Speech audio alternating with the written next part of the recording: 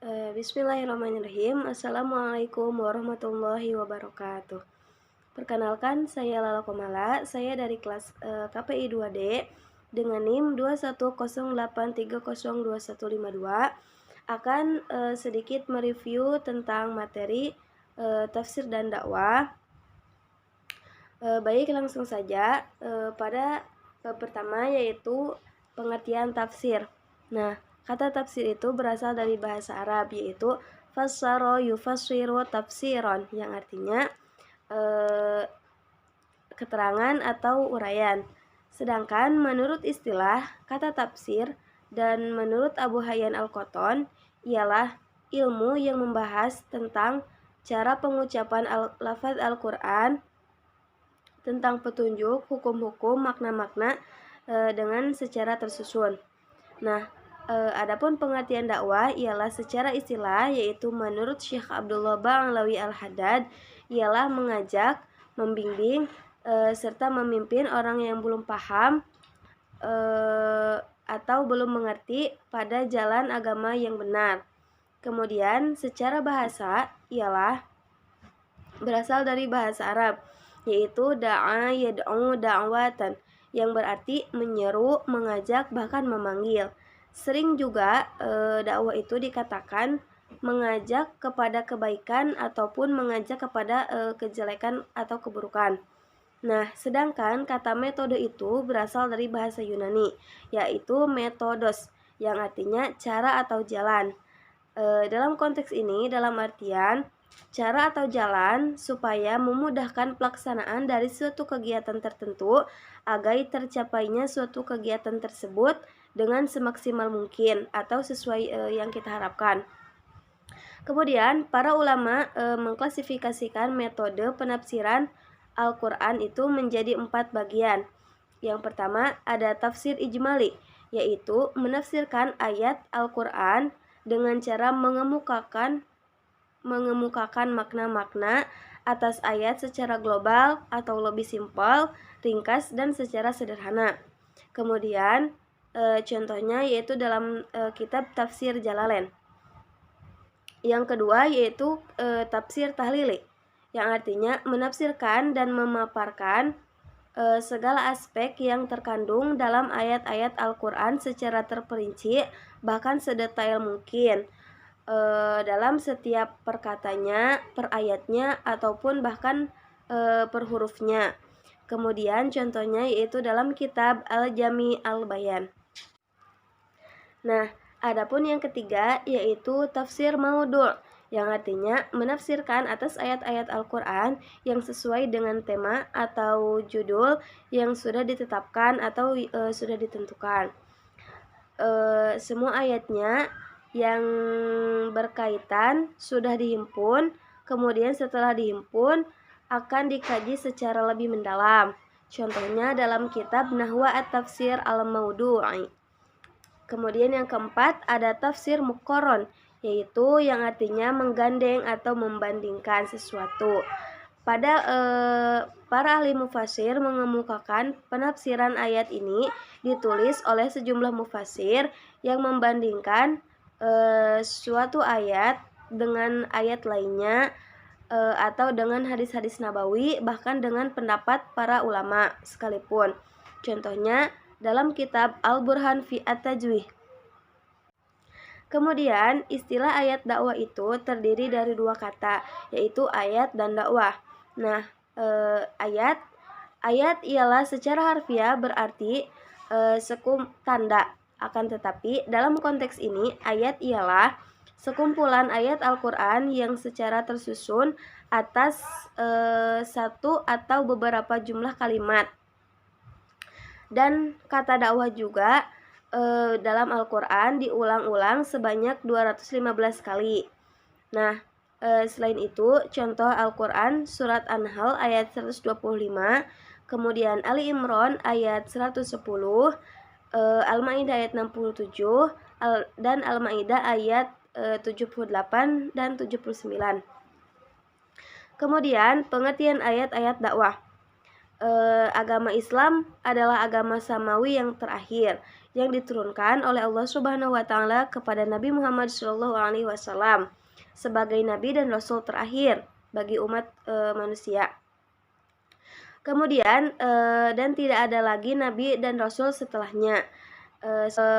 Di samping itu, salah satu hadis Rasul Shallallahu Alaihi Wasallam yang artinya sampaikanlah dakwah walaupun hanya dengan satu ayat. Nah, dalam konteks ini berarti Allah Subhanahu wa taala menunjukkan bahwa kewajiban dakwah tersebut menjadi kewajiban bagi seluruh umat manusia tanpa melihat status pendidikan, ekonomi, sosial, politik, dan lain sebagainya. Di antara tujuan dakwah yaitu yang pertama menyampaikan ajaran Allah, melainkan untuk kebahagiaan dunia dan akhirat. Kemudian yang kedua, agar tidak menyimpang dari fitrahnya manusia. Lalu tujuan tersendirinya apa? Yaitu agar memberikan kejelasan atau memberikan pemahaman terhadap manusia supaya kembali ke jalan Allah atau supaya kembali ke jalan yang benar. Terutama bisa mengeluarkan seseorang manusia dari kegelapan menuju cahaya ilahi yang terang benderang, dan serta agar memotivasi untuk beriman.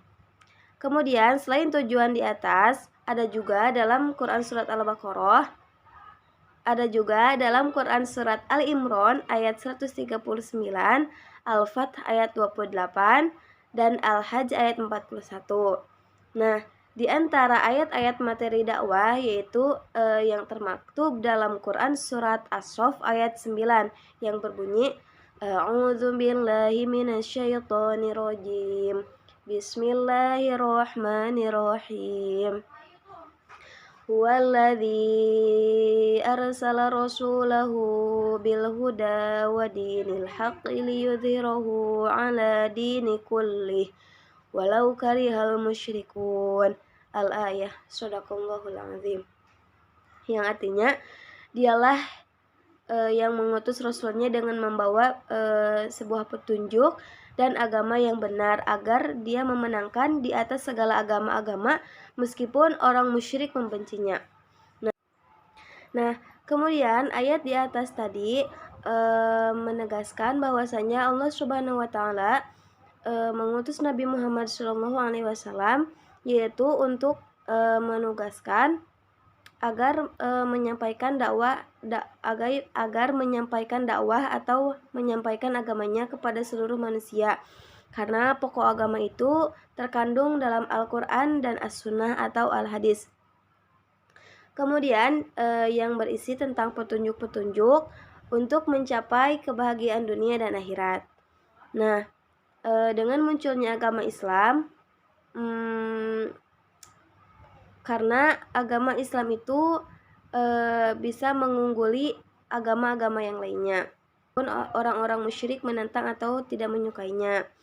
Nah, ayat-ayat tentang subjek dan sasaran dakwah yaitu dalam Quran surat Al-Baqarah ayat 1-4 yang berbunyi A'udzu billahi minasyaitonir rajim. Bismillahirrahmanirrahim. Alif Lam Mim. Dzalikal kitabu la raiba fihi hudal lil muttaqin alladzina yu'minuna bil ghaibi wa yuqimuna sholata wa mimma razaqnahum yunfiqun walladzina yu'minuna bima unzila ilaika wa ma unzila min qablik wa bil akhirati hum yuqinun.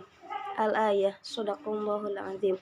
Yang artinya Al-Quran ini tidak ada keraguan lagi setelahnya kepadanya petunjuk mereka bagi orang-orang yang bertakwa, yaitu mereka orang yang beriman kepada Allah atau kepada yang gaib, serta melaksanakan sholat dan menginfakkan sebagian harta mereka kepada fakir miskin atau sebagian orang yang membutuhkan.